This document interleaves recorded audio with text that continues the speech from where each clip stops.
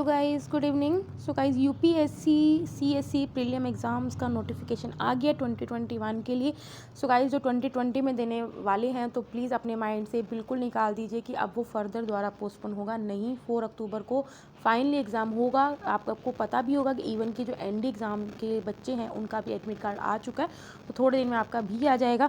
तो फिलहाल हम देख लेते 2021 का एग्ज़ाम कब है। तो गाइस आप देख लीजिए, सीएससी जो हमारा 2021 का एग्ज़ाम है वो 27 जून को होने वाला है। बाकी जो इसके एप्लीकेशन फॉर्म्स हैं वो 10 फरवरी से 2 मार्च तक के बीच में आ जाएंगे। ठीक है, आपके साथ में जो सीएससी का जो हमारा मेन एग्जामिनेशन होगा इसका भी वो भी आप देख लो। वो हमारा होगा, एक सेकेंड, हाँ, सीएससी मेन एग्जामिनेशन हमारा है 17 सितंबर से स्टार्ट होगा और आपको पता ही है 5 दिन कंडक्ट होता है। बाकी आप जो बच्चे आईईएस का एग्ज़ाम भी देते हैं 2021 का, वो है 16 जुलाई को होगा। तो गाइस ये आप देख लीजिए। तो गाइस ये थी छोटी सी इन्फॉर्मेशन जो मुझे आपको सीएससी जो बच्चे 2021 में अपीयर होने वाले हैं उनके लिए देनी थी।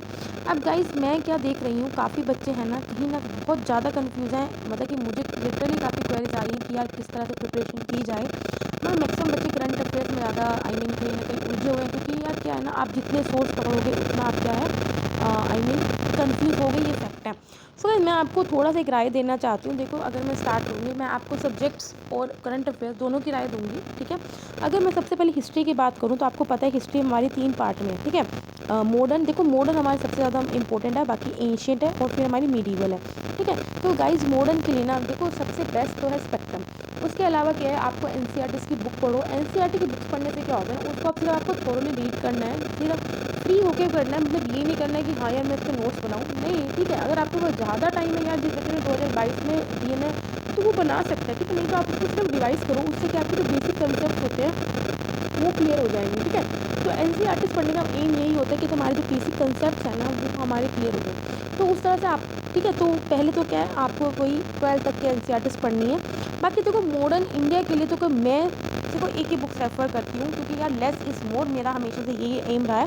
तो मॉडर्न के लिए आप स्पेक्ट्रम यूज़ करो। ठीक है, स्पेक्ट्रम में क्या है ना, बहुत अच्छे से गिवन है सब कुछ। ठीक है, और स्पेक्ट्रम पढ़ने का भी तरीका है, ये नहीं कि आप उसको स्टार्ट करके बिल्कुल ऐसे जिस हिसाब से चैप्टर बने उस हिसाब से पढ़ो, नहीं। उसमें क्या है, आपको एक अपने स्टिक का बनाना है कि 1857 से पहले का पढ़ना है और 1857 के बाद का पढ़ना है। ठीक है, अभी क्या है, उसमें क्या है, लास्ट में दिए हुए हैं चैप्टर जैसे पीजेंट रिवोल्ट, लेबर रिवोल्ट, उससे क्या करना है, हमें पहले पढ़ना है। ठीक है, तो ये सब गाइस क्या है वो अच्छे से पढ़ो आप। एंशिएंट और मिडीवल के लिए आपको ज़्यादा इधर उधर नहीं धक्के खाने हैं, सिर्फ एक बुक अपने दिमाग पे पहन लो। ठीक है, तमिलनाडु की स्टेट हिस्ट्री बुक है, उसे ही करो। ठीक है, वो क्लास 11th की होती है मेनली। ठीक है, वो उससे क्या है आपका बहुत बढ़िया हो जाएगा। ठीक है, बाकी रही यार आर्ट एंड कल्चर की बात, तो मैं बताऊँ आर्ट एंड कल्चर ना थोड़ा वास्ट टॉपिक है। ठीक है, एंशिएंट और मिडीवल में तो आप पढ़ोगे ही पढ़ोगे, साथ में जो आर्ट एंड कल्चर है ना, देखो मेनली जो इसके लिए ना बच्चे नितिन सिंघानिया ही फॉलो करते हैं और वही इसका तोड़ है। ठीक है, हाई कभी कभी क्या होता है ना, क्वेश्चंस नहीं बनते। ठीक है, तो आर्ट एंड कल्चर थोड़ा सा ना, जो लाइक विज़न है, विज़न की मैगजीन बहुत अच्छी होती है, उसमें हमेशा कल्चर का पार्ट रहता है, तो वो कहीं ना कहीं करंट से लिंक होता है। ठीक है, मतलब कि मैं ये नहीं बोल रही कि बिल्कुल ही होगा, लेकिन ये है कि ठीक है, हाँ आप नितिन सिंघानिया पढ़ो। ठीक है, उसके अलावा और कुछ पढ़ने की ज़रूरत नहीं है। तो ये ज़रा आप अपना कर लो कि हिस्ट्री में क्या है, मॉडर्न इंडिया के लिए मैंने आपको बता दिया, स्पेक्ट्रम करो। एंशिएंट और मिडीवल के लिए कहीं नहीं जाना, तमिलनाडु की स्टेट बुक है, 1st to 11th की, सॉरी मतलब 11th क्लास की एनसीईआरटी बुक है। छोटी सी है, पतली है, आपको बहुत ईजिली कर लोगे। ठीक है, मतलब कि बहुत कॉम्पैक्ट और अच्छा दे रखा है। ठीक है, तो ये होगी हिस्ट्री की पार्ट। ठीक है, अब जरा हम स्टार्ट करते हैं अपना ज्योग्राफी। तो ज्योग्राफी में ना भाई, ज्योग्राफी में तो एनसीईआरटी बहुत इंपॉर्टेंट है, मतलब मस्ट है, क्योंकि एनसीईआरटी क्या ना आपका बेसिक जो इतना अच्छा कर देगी ना, उसके कंपैरिजन कहीं नहीं है। उसके बाद आप जाओ जीसी लियोन। जीसी लियोन मतलब कि एक तरह का बाइबल है, बहुत अच्छी बुक है। आप प्लीज़ जीसी लियोन पे जाओ, मादिर हुसैन पे मत जाना, वो बहुत ही ज़्यादा कॉम्प्रिहेंसिव है। जो बच्चा बहुत ज़्यादा वेला है या बहुत ज़्यादा टाइम है वो पढ़ सकता है। ठीक है, या फिर कुछ कुछ टॉपिक्स हैं जो आपको लगता है कि हाँ ये मेरे क्लियर नहीं हुए, वो आप माजिद हुसैन से कर सकते हो। ठीक है, लेकिन जीसी लियोन पे जाओ। ठीक है, जीसी लियोन बेस्ट है फिजिकल ज्योग्राफी के लिए। ठीक है, इंडियन ज्योग्राफी भी और वर्ल्ड ज्योग्राफी। ठीक है, ये मैं मतलब कि आपको मेनली कहूँगी, देखो इसमें तो क्या मैप्स ही करना है, और मैप्स के लिए ऑक्सफोर्ड एटलस ही बेस्ट बुक है। ठीक है, सो यहाँ पे आपका ज्योग्राफी कंप्लीट हो जाएगा और बिल्कुल पढ़ने की कोई जरूरत नहीं है। गाइस मैं आपको एक सिंपल एक ईजी सा बताती हूँ। देखो एक घटना चक्र की बुक आती है, आप ये अमेज़न से ले सकते हो, मैं डिस्क्रिप्शन में इन बुक्स का लिंक भी डाल दूँगी। घटना चक्र बुक है, इसकी आप 3 बुक्स ले लो, हिस्ट्री, पॉलिटी और ज्योग्राफी। गाइस इसमें देखो घटना चक्र की बुक ना मे भी आपने किसी ने भी नहीं सुनी हो। ठीक है, ये मेनली जो यूपी पीसीएस के एग्ज़ाम्स के लिए होती हैं बुक्स। लेकिन क्या है ना, इस बुक में क्या है ना, हर एक चैप्टर वाइज दे रखा है, हर एक चैप्टर का भी टॉपिक वाइज, मतलब जैसे अगर आप मॉडर्न इंडिया स्टार्ट करोगे तो उसमें एडवेंट ऑफ यूरोपियन दे रखा है, फिर उसमें लेबर रिवोल्ट्स का अलग दे रखा है, ठीक है, एंग्लो मराठा वार का अलग दे रखा है, प्लासे की अलग दे रखे क्वेश्चन। तो उन्होंने क्वेश्चंस को बहुत अच्छे से डिस्ट्रीब्यूट किया हुआ है, और उसमें ये नहीं है कि आईएएस के क्वेश्चन नहीं है, नहीं, उसमें सभी क्वेश्चन हैं। उसमें हर एक स्टेट पीसीएस के क्वेश्चन हैं प्रीवियस, और हर एक जो यूपीएससी का जो आपका आईएएस के उसके तो हैं ही, ठीक है। तो इसमें क्या है ना, आपको हर एक क्वेश्चन मिल जाएंगे, ठीक है। तो एक घटना चक्र आप 3 बुक्स ले लोगे, इससे क्या होगा ना, अगर आप सपोज करो पॉलिटी में आज आपने प्रीएम्बल चैप्टर पढ़ा, तो प्रीएम्बल के साथ ही साथ जो कुछ 15-20 को जितने भी क्वेश्चन होंगे वो आपको कंप्लीट करा देगा। फिर आपने पार्लियामेंट पढ़ा, तो पार्लियामेंट के भी ज़्यादा क्वेश्चन होंगे 100-150, उसको वो पूरा कवर कर देगा। तो इससे क्या आपकी साथ के साथ प्रैक्टिस हो जाएगी, इससे क्या ना आपके बेसिक्स अच्छे हो जाएंगे, ठीक है। उसके बाद आप हायर बुक्स पे जाओ, जो यूपीएससी के प्रीवियस ईयर्स के अलग से क्वेश्चन आते हैं, बैंक आते हैं, उस पर जाओ, ठीक है। तो घटना चक्र इसके लोगे तो आप बहुत फायदे में रहोगे। ज्योग्राफी के लो, ज्योग्राफी में बिल्कुल 3 सेक्टर बने हुए, इंडियन, वर्ल्ड और फिजिकल ज्योग्राफी का बहुत अच्छी बुक है। हिस्ट्री में भी मॉडर्न इंडिया के एंशिएंट मिडीवल के 3 सेक्टर बने हुए, इसमें मैं आपको प्रेफर करूँगी फिर आप मॉडर्न इंडिया करो, क्योंकि एंशिएंट मिडीवल में क्या है ना, बहुत ज़्यादा मैटर है, क्योंकि एंशिएंट मिडीवल ना देखा जाए बहुत डीप होती है, ठीक है। यूपीएससी का जो लेवल है वो थोड़ा अलग है, ठीक है। तो हिस्ट्री के आप सिर्फ मॉडर्न इंडिया के क्वेश्चंस करो घटना चक्र की बुक में से, और पॉलिटी में से हर एक चैप्टर करो। पॉलिटी की बुक बहुत अच्छी है घटना चक्र की, प्लीज़ आप वो करिए, ठीक है। मैं लिंक दे दूँगी डिस्क्रिप्शन में, हिस्ट्री, पॉलिटी और ज्योग्राफी का। इससे क्या ना आप तीनों के तीनों बहुत अच्छे हो जाएंगे। अब इकोनॉमी की मैं क्यों नहीं बोल रही, क्योंकि आपको पता है क्योंकि इकोनॉमी के करंट रिलेटेड होता है। इकोनॉमी का आप मतलब कि प्रीवियस ईयर क्वेश्चन करके क्या है, जो नॉर्मल क्वेश्चन होंगे, स्टैटिक क्वेश्चन होंगे वो हो जाएंगे, लेकिन जो करंट अफेयर से रिलेटेड क्वेश्चन होंगे तो आपको लगेगा कि यार मेरे को तो कुछ हो ही नहीं रहा है, तो पॉलिटी का कोई लेने की जरूरत नहीं है। अब चलते हैं हम, चलो पॉलिटी पे चलते हैं। एक सेकेंड, हाँ। तो पॉलिटी, चलो पॉलिटी पे चलते हैं। इकोनॉमिक्स पे भाई, अब इकोनॉमिक्स क्या है, देखो इकोनॉमिक्स क्या है, इसमें तो भाई एनसीईआरटीज मस्ट है, ठीक है। एनसीईआरटीज भाई इसके तो 9 से शुरू होते हैं, 9 to 12। बाकी यार रमेश सिंह मैं आपको बिल्कुल भी प्रेफर नहीं करूँगी, ठीक है। वो बहुत मोटी बुक है, उसको करने की जरूरत नहीं है। श्री राम आईएएस बुक, भाई ये बहुत बढ़िया बुक है, ठीक है, बहुत मस्त बुक है, ठीक है। आप श्री राम आईएएस बुक करो, ठीक है। इससे क्या आपके कंसेप्ट्स बहुत अच्छे क्लियर हो जाएंगे, ठीक है। आई मीन 250 पेजेस की बुक है, और इतनी अच्छी है, मतलब नोट्स है एक तरह से, ठीक है। तो ये बहुत अच्छी बुक है, आप श्री राम आईएएस बुक करो। बाकी तो क्या है, करंट ही मेन है इकोनॉमिक्स के लिए, लेकिन श्री राम आईएएस क्या जो आपके बेसिक कंसेप्ट होगा वो आपको बहुत क्लियरिटी कर देगा, क्लियर आएगा, ठीक है। तो guys Shri Ram IAS, go for Shri Ram IAS for economics books, बाकी एनसीईआरटी के बाद, ठीक है। अब चलते हैं हम पॉलिटी पे। देखो पॉलिटी का तो एक ही बाइबल है, दैट इज लक्ष्मीकांत, ठीक है। पॉलिटी का एक ही बाइबल है और वो क्या है, लक्ष्मीकांत, ठीक है। तो आप बस को लक्ष्मीकांत को रट लो, पढ़ लो, वो काम कम खत्म हो जाए। लेकिन भाई इससे पहले 6 to 12 की एनसीईआरटी, क्योंकि अगर आपने ये नहीं किया ना तो आप ना जो बेसिक्स है ना वो आपके रह जाएंगे। अबे लेजिस्लेटिव, एग्जीक्यूटिव, जुडिशरी क्या होता है उसको पूरे से अच्छे से कौन बताता है, एनसीईआरटी बताता है, ठीक है। जो आप भूल जाओ तो फ्रेटर्निटी क्या होता है यार, क्या होता है, मतलब कि हर एक चीज़ क्या है वो एनसीईआरटी तक क्लियर करेगी। तो उसके बाद लक्ष्मीकांत पे जाओ, और लक्ष्मीकांत बहुत अच्छी बुक है गाइस। पहला चैप्टर मत करना उसका, हिस्टोरिकल बैकग्राउंड, क्योंकि वो करोगे तो घबरा जाओगे। स्टार्ट करो from the second chapter, making of the constitution, उसके बाद उसे सीरियस वाइज पढ़ो। Laxmikanth is the best book, ठीक है। लक्ष्मीकांत करो पॉलिटी के लिए। सो गाइस इस हिसाब से हमने पॉलिटी देख ली, ठीक है। और इसके बाद भाई घटना चक्र, हर एक टॉपिक के बाद क्या करो, घटना चक्र हर एक चीज़ का तोड़ है आपका, ठीक है। इससे क्या है ना, आपकी जो बिगनर है, स्पेशली जो बिगनर है ना, उसकी प्रैक्टिस बहुत बढ़िया हो जाएगी, ठीक है। उसके बाद हम चलते हैं, पॉलिटी का हमने देख लिया, ठीक है, हिस्ट्री का देख लिया, ज्योग्राफी का देख लिया, इकोनॉमिक्स का देख लिया। अब हम करते हैं एनवायरनमेंट। देखो गाइस एनवायरनमेंट को श्री राम कह रही हूँ, शंकर आईएएस बेस्ट बुक है, ठीक है। बस ये है, देखो शंकर आईएएस को पढ़ने का थोड़ा ढंग होता है, क्योंकि शंकर आईएएस आप पढ़ोगे तो आपको लगेगा कि यार बहुत बढ़िया, मतलब कि बहुत हेक्टिक बुक लगेगी, क्योंकि आपको लगेगा यार एक पेज पढ़ते हुए मुझे इतना टाइम लग रहा है। तो गाइस एनवायरनमेंट शंकर आईएएस पढ़ने का एक ढंग होता है, उसे आप अच्छे से पढ़िए, नहीं तो मैं एक अलग वीडियो लेके आऊँगी, उसमें बताऊँगी आपको शंकर आईएएस को किस तरह से पढ़ना है, ठीक है। लेकिन एनवायरनमेंट का एक ही थोड़ा है शंकर आईएएस। बाकी गाइस साइंस एंड टेक्नोलॉजी, देखो रही इसकी बात, इसका सिर्फ एनसीईआरटी बुक है, दैट इज 6 to 12 की आप साइंस की बुक्स पढ़ जाओ, और कोई नहीं है, ठीक है। देखो एनवायरनमेंट, साइंस एंड टेक्नोलॉजी, ये इसका जो मेनली पोर्शन है वो कहाँ से आता है, करंट से आता है। देखो गाइस 3 जो चीज़ें हैं ना, economics, environment, science and technology, ये मेनली कहाँ से आता है, करंट से आता है, ठीक है। अब बच्चे क्या करते हैं ना, बच्चे पॉलिटी, हिस्ट्री, ज्योग्राफी इन सब करने में इतना बिजी हो जाते हैं ना, वो इनको भाव नहीं देते, जबकि उन्हें इतना नहीं पता है कि जो हमारा आईएएस का एग्ज़ाम है वो किन के साथ हो रहा है, इंडियन फॉरेस्ट सर्विसेज के साथ हो रहा है। उनका तो ये कोर टॉपिक होते हैं, तो भाई 45 क्वेश्चन मतलब आउट ऑफ 100 में 45 क्वेश्चन एनवायरनमेंट एंड एनर्जी और एनवायरनमेंट इकोलॉजी और साइंस एंड टेक्नोलॉजी पार्ट से बनते हैं। सो आपको इस पर ज़्यादा ध्यान देना चाहिए, लेकिन बच्चे कैसे इग्नोर करते हैं, नहीं। और ये कहाँ से आपका बेस बनेगा, ये आपका करंट अफेयर से बनेगा। स्टार्ट करो अपनी बुक से, एनसीईआरटी से करो, थोड़ा सब पढ़ो, लेकिन देखो धीरे धीरे, मैं मानती हूँ शुरू में आपको नहीं समझ में आएगा, पर करंट को मत छोड़ो। करंट आपका 60% वेट देता है। करंट अफेयर्स कितना देता है, 60%।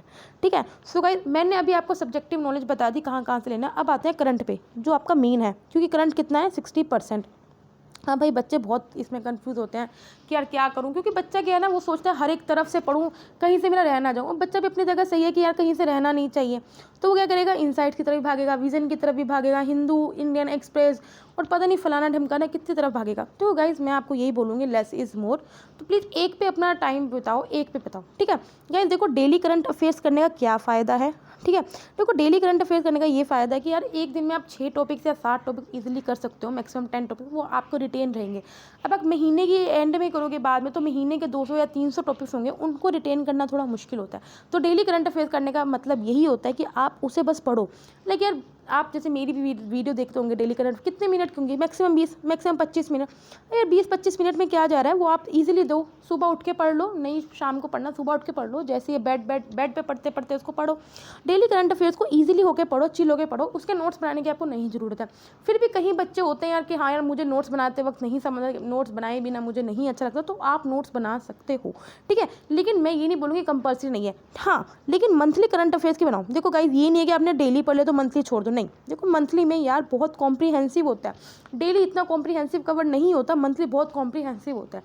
ठीक है, तो monthly is the must, monthly को मत छोड़ना। अगर आप मंथली को छोड़ दोगे तो आप गलती करोगे। ठीक है, तो मंथली करो। डेली पढ़ने का मैंने आपको फ़ायदा ये बता दिया कि क्या है, आप कह रहोगे रिटेन करना ईजिली होगा। मंथली जब आप करोगे यार, डेली का ही तो मंथली कर रहे हो, वो बिल्कुल ईजी हो जाएगा। मैं ये नहीं बोल रही आप डेली सिर्फ विजन के करो, मतलब कि अगर आपको नहीं पसंद आप विजन मत करो यार, इनसाइट्स कर लो। इनसाइट्स का डेली बहुत अच्छा है। ठीक है, इनसाइट्स का डेली बहुत अच्छा है, लेकिन रखो एक। ठीक है, विजन या इनसाइट्स में से कोई एक रखो, बाकी देखो मंथली विजन पे जाओ, क्योंकि मंथली इनसाइट्स का अच्छा नहीं है। ठीक है, पर्सनल एक्सपीरियंस के हिसाब से बता रही हूँ, मंथली विजन पे ही जाओ। ठीक है, लेकिन इनसाइट्स का अगर आपको डेली करना है, आप डेली कर सकते हो। ठीक है, मैं ये नहीं कह रही कि आप इसी चैनल से करो, आप किसी भी चैनल से करो, लेकिन करो डेली।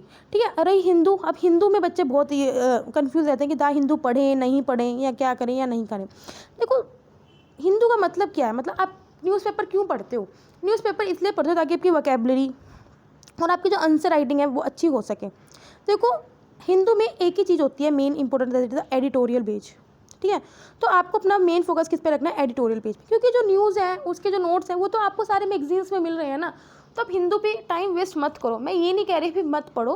ठीक है, जिस बच्चे को आदत है वो पढ़ा तो बहुत अच्छी बात है, बट उसको ना एक माइंड, कूल माइंड होके, फ्री माइंड होके पढ़ो। ये नहीं कि यार भाई मुझे एग्जाम के लिए पढ़ना तो मुझे पढ़ना ही पढ़ना, नो, ऐसे मत पढ़ो।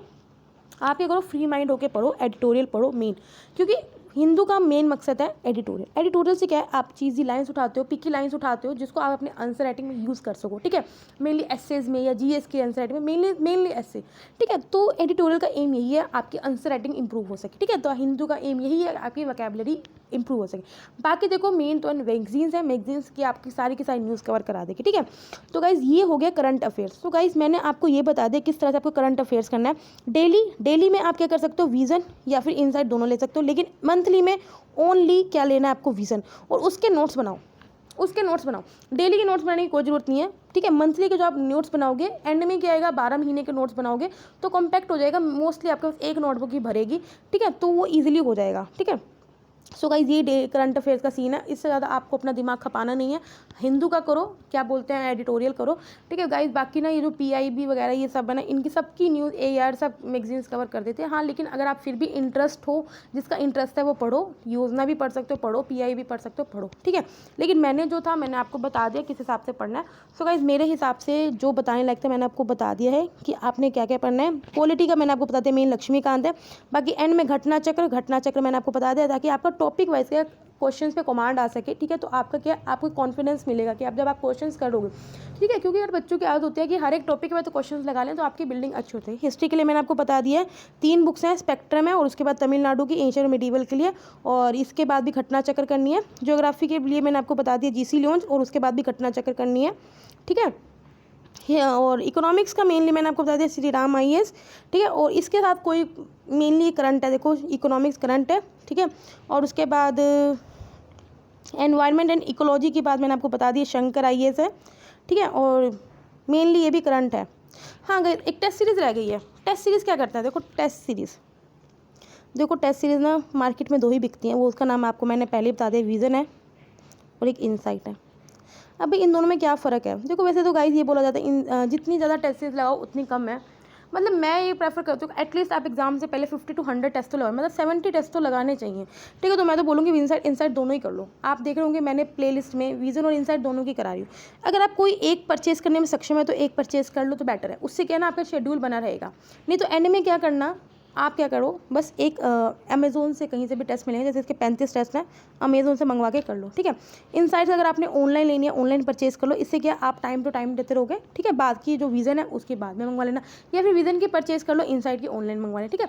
पर मैं आपको एक राय दूंगी कि हाँ एक मंगवा लो, इससे क्या आपका टाइम पे बना रहेगा, ठीक है। मतलब कि देखो प्रीलियम्स की अगर लोगे तो देखो इन विज़न की थोड़ी महंगी है, इनसाइट की थोड़ी सस्ती है, ठीक है। तो आप देख लो कोई भी कर लो, क्योंकि दोनों ही करने हैं आपने, तो क्या इनसाइट के ले लो। इनसाइट का जो लेवल है वो थोड़ा हल्का रहता है, विज़न का लेवल थोड़ा हाई है क्वेश्चंस का, ठीक है। तो आप कर लो, टेस्ट सीरीज बहुत ज़्यादा इंपॉर्टेंट है, क्योंकि अगर आप ये नहीं करोगे तो आप भूल जाओ कि आपका कंप्लीट होने वाला है। क्योंकि आप जितने मर्जी पढ़ लो, लेकिन जब तक आप क्वेश्चंस नहीं अटैम्प्ट करोगे, आपको पता नहीं होगा क्वेश्चन किस हिसाब से आते हैं, आपकी प्रैक्टिस नहीं होगी, तो आपका एग्जाम नहीं क्लियर होगा, ये मान लो एग्जाम। क्योंकि आपको क्या है, टेस्ट सीरीज आपको पता चलता है कि हमारी गलतियाँ क्या है। सो गाइस ये मैंने आपको बेसिक बता दिया कि क्या क्या जरूरत है, करंट का बता दिया, पूरा सब्जेक्टिव नॉलेज बता दिया और टेस्ट सीरीज का बता दिया। मैंने आपको प्रीलिम्स ओरिएंटेड बताया, मेंस ओरिएंटेड अभी नहीं बात करी है, ठीक है। सो गाइस आप इतना कर लीजिए, आपका प्रीलिम्स पक्का क्लियर हो जाएगा, ठीक है। फिर भी आपको कोई क्वेरी आती है ना, आप मुझे क्या कमेंट करें, कमेंट में मैं हर एक चीज़ का रिप्लाई नहीं कर सकती, ठीक है। मैंने आपको अपना आप टेलीग्राम ग्रुप ज्वाइन करिए, और नहीं तो आप क्या करें, इंस्टाग्राम पे मैंने एक वो बताया ग्रुप, मेरा प्रिपरेशन चैनल का एक ग्रुप है, आप उसमें मुझे मैसेज करिए, मैं आपको पर्सनली क्या क्वेरी